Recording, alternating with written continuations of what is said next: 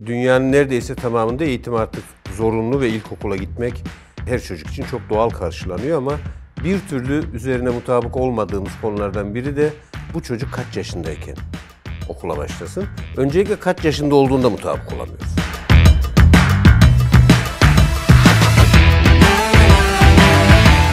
Eğitimcilere soruyoruz, hep aylık olarak tarif ediyor. Bir anaokuluna gittiğiniz zaman 36 aydan başlasın diye düşünüyor. Ya 36 ay 3 yıl mıydı?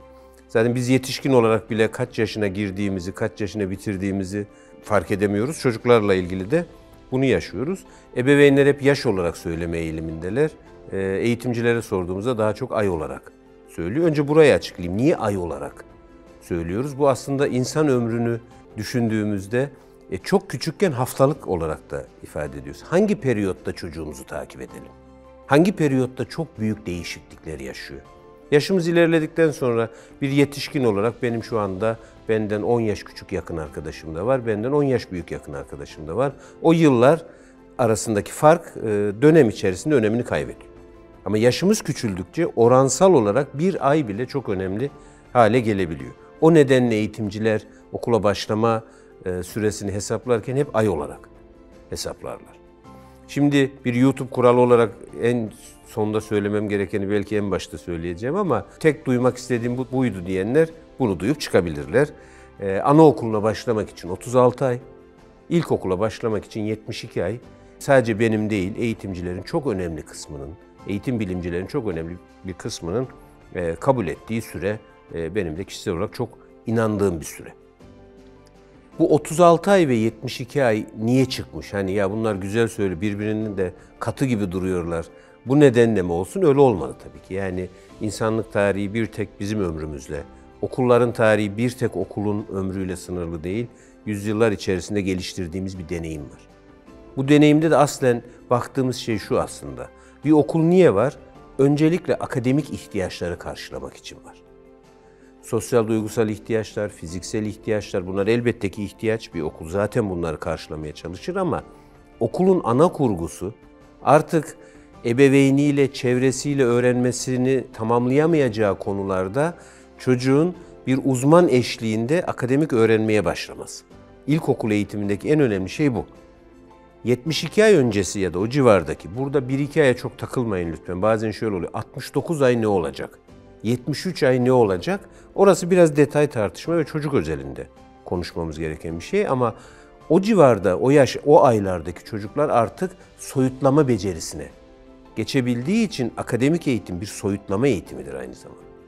Soyut bir konuyu öğrenebilmek için zihinsel olarak hazır aslında. Burada baktığımız şey sadece fiziksel özellikleri değil, fiziksel olarak boyunun küçük olması ya da uzun olması. Daha çocuksu tavırların olması olmaması. Bunlar da elbette ki önemli ama asıl baktığımız şey akademik olgunluğa erişmiş mi erişmemiş mi? O yüzden 72 ayı vurguluyoruz. Bazen ebeveynler şöyle diyor ama benim çocuğum, oğlum ya da kızım çok zeki. Ne söylesem biliyor. Okuma yazmayı kendi kendine öğrendi. Başlasa olmaz mı hocam? Onu evde tutamıyorum. Şimdi okuma yazmayı öğrenmek bu da bir tartışma alanı. Yani ilkokuldan önce okuma yazmayı öğrenmeli mi, öğrenmemeli mi? Aslında bu tartışma çoktan bitti bana göre.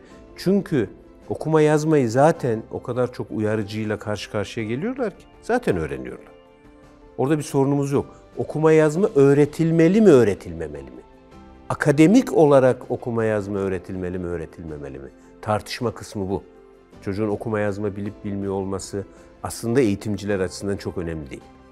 O yüzden okula başlarken yaş dışındaki sorulardan biri de şey ya, çocuğum okuma yazmayı zaten biliyor, bir an önce okula başlasın. Orayı da o defteri de bir kapatalım. O yeniden ilkokulda açılması gereken bir defter. Çünkü okuma yazma aynı zamanda bir akademik çabadır. Kendi kendine keyifle okuyan bir çocuk, küçük yaşta okula başladığında okumaktan ne zaman soğuyor? El yazısı çalışmalarına geçtiği zaman soğumaya başlıyor. Bir şeyi sistemli ve disiplinli olarak yapmasını istediğimizde geri çekilmeye başlıyor. Bunun nedeni ne? Örneğin işte parmakları fiziksel olarak yeterince gelişmediği için bu kadar uzun süre kalem çalışmasını yapıyor. O yüzden okuma yazma biliyor, okula gönderelim. Hani bütün yayınlarımda izliyorsunuz, her zaman söylüyorum. Bir tek gerekçeye, inandığımız bir tek şeye bakarak eğitimle ilgili karar veremeyiz. Çok sayıda etken var. Bu etkenlerin hepsini değerlendirip ona göre sağlıklı karar verelim. O yüzden çocuğumuzun fiziksel, duygusal ve zihinsel olarak akademik eğitime hazırlandığı çağ dünyanın büyük çoğunluğunda 72 ay olarak belirleniyor. Bunu eski eğitimciler ya da kadim kültürdeki eğitimciler, örneğin Maria Montessori, çocuğun dişinin düşmesiyle sembolize ediyor. Yani dişinin düşmesi çok sembolik bir andır. Şimdi ilkokul 1'e başlayan çocukların yarısının ağzında diş olmadığını ve gururla eve gelip benim dişim düştü dediğini söz. Doğa ona aslında bir sembol vermiş. Artık dişin düştü, sen artık daha soyutlama aşamasına geçebilirsin diye bir şey söylemiş durumda aslında. O yüzden hem doğanın sembollerini okuyalım, bilimin söylediklerini değerlendirmemiz içerisine alalım, bunu çocuğumuzla karşılaştıralım, o zaman doğru kararı veririz zaten.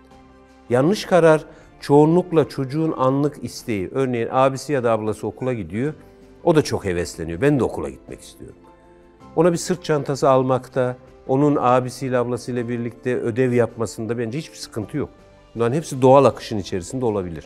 Çünkü bazen de şöyle oluyor, ya evde hiçbir şey yaptırmasak mı, kalemi görmese mi, hiç kitap görmese mi? Bu kadar kompleks değil bu arada.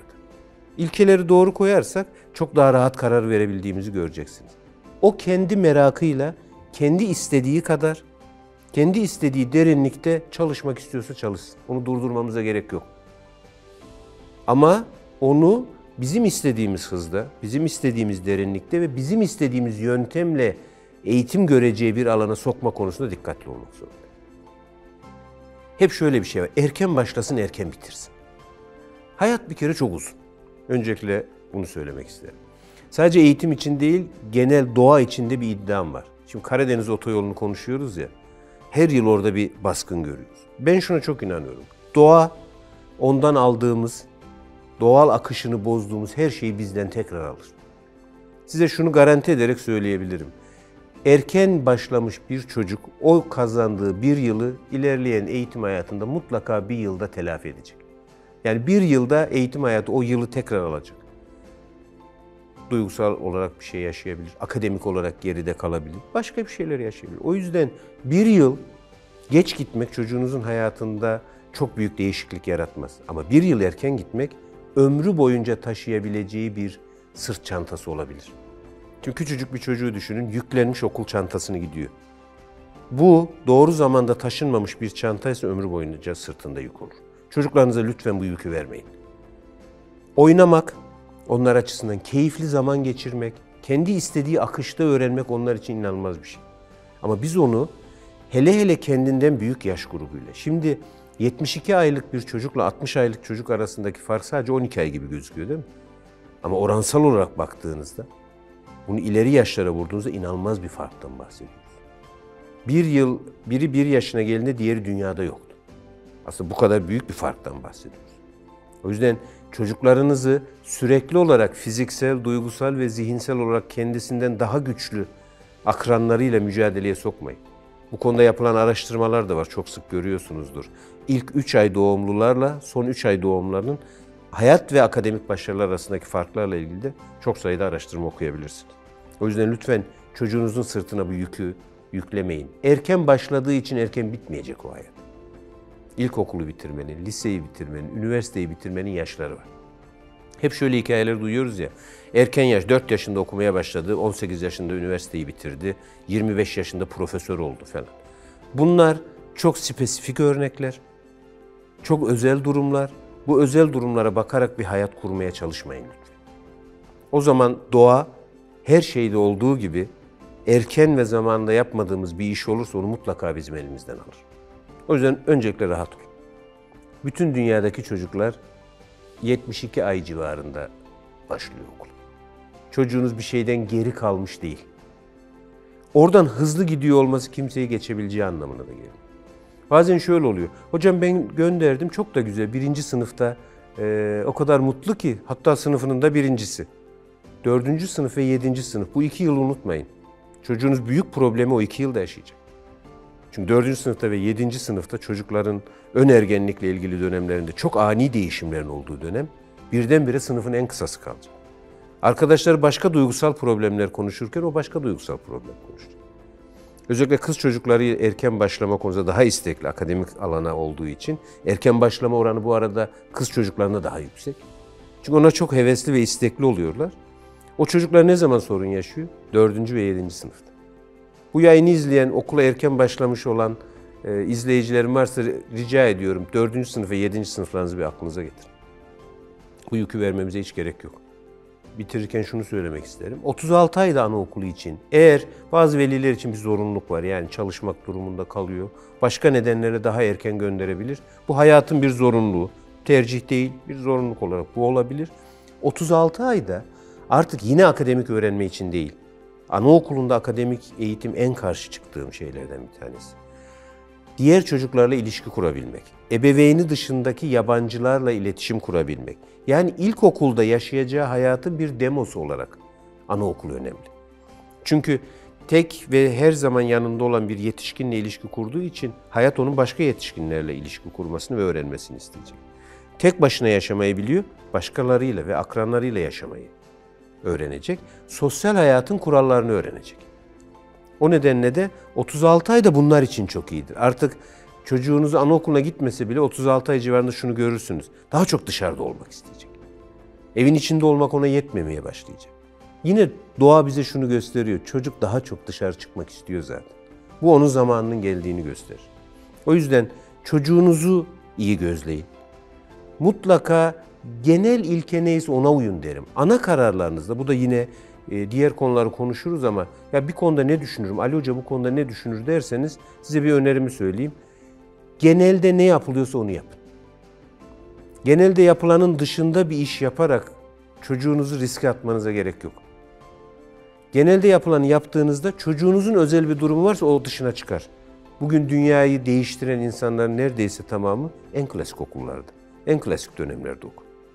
O yüzden herkesten farklı olanı yapayım. Ben biraz farklı bir yol seçeyim. Çocuklarımız için bence almamamız gereken bir risk.